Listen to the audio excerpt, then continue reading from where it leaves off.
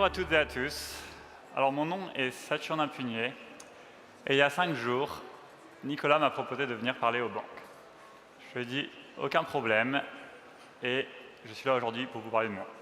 Il m'a dit il faut que ce soit quelque chose de personnel, pas une histoire business, quelque chose que les gens puissent ressentir, qu'ils ressentent une expérience et une idée. Donc je vais commencer par vous raconter ma vie. Moi, je viens du sud de la France et j'ai toujours été curieux, j'ai toujours été un explorateur. Depuis très jeune, j'aime bien pousser les limites, voir qu'est-ce qui était possible et qu'est-ce qui n'était pas possible. Cela m'a amené au milieu des déserts, cela m'a amené dans les fjords de Norvège, cela m'a amené beaucoup de fois à l'hôpital aussi. Et cette curiosité était aussi présente pour la technologie et les sciences. Depuis très jeune, j'ai voulu comprendre comment le monde marche, comment la technologie fonctionne, et j'ai toujours exploré. Et je me suis rendu compte très jeune que j'étais plutôt doué pour comprendre les tendances du monde, et surtout les tendances technologiques. Donc mon premier succès a été en 2013, quand j'ai compris que les cryptos allaient remplacer le système fiscal actuel. Ce n'était pas du tout une évidence à l'époque, et beaucoup de gens pensaient que c'était absurde, mais maintenant c'est une évidence pour tous, et j'ai vu ça très tôt. Je suis ensuite parti en Angleterre, et j'ai fait mes études, et ça a été mon premier contact avec l'intelligence artificielle. Et encore une fois, après avoir plongé dans les rouages de cette technologie pendant des années, j'ai été convaincu en 2017 que cette technologie allait elle aussi changer le monde. Encore une fois, à l'époque, ce n'était pas clair. Les gens pensaient que c'était un outil intéressant, mais pas aussi important que ce qu'il est devenu. Et j'ai décidé donc de tout lâcher et de partir aux États-Unis, parce que mon pari était que soit OpenAI, soit DeepMind allaient gagner cette course à l'intelligence artificielle. Je suis donc parti aux États-Unis, j'ai arrêté ma startup et j'ai commencé à travailler sur une autre startup en Californie. Cette startup s'appelle World, que j'ai montée donc avec des amis de l'université et Sam Altman, qu'on a démarré en 2019 et qu'on a construit depuis 5 ans. On est maintenant présent dans une 50aine de pays.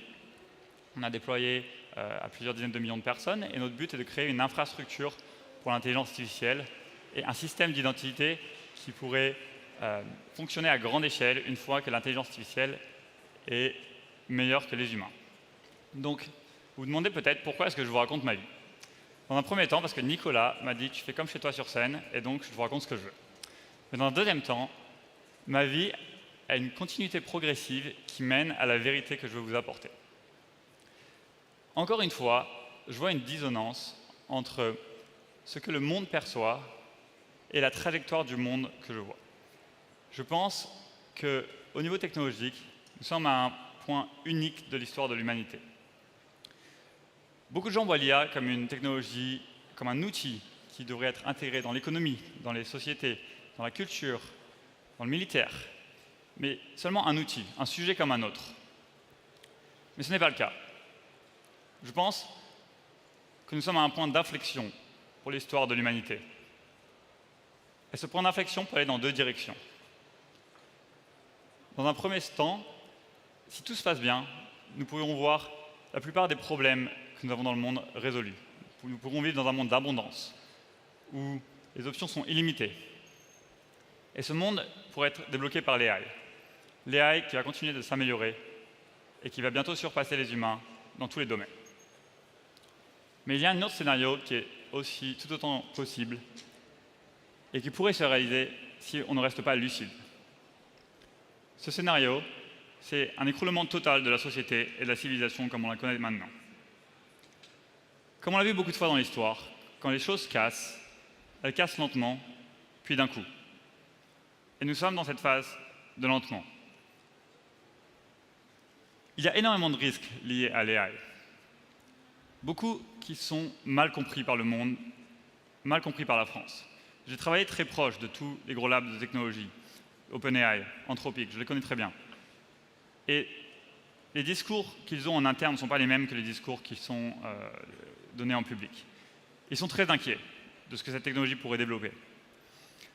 Le discours interne est que les risques sont énormes, mais c'est mieux si c'est nous qui y arrivons en premier. Chaque lab se dit ça.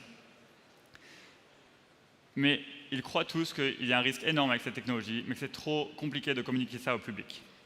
Moi, je pense qu'il faut rester lucide.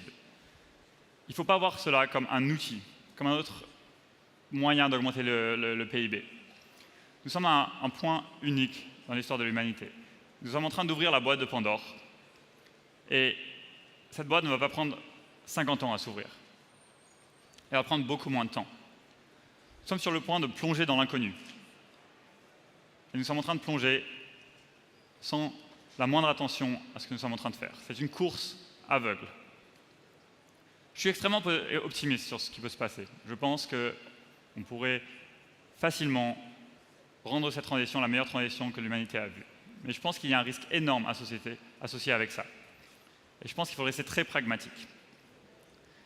Donc tout ça m'amène à la vérité que je veux vous apporter aujourd'hui. Ma vérité est que d'ici 20 ans, le monde tel que nous connaissons aujourd'hui n'existera plus. Le présent,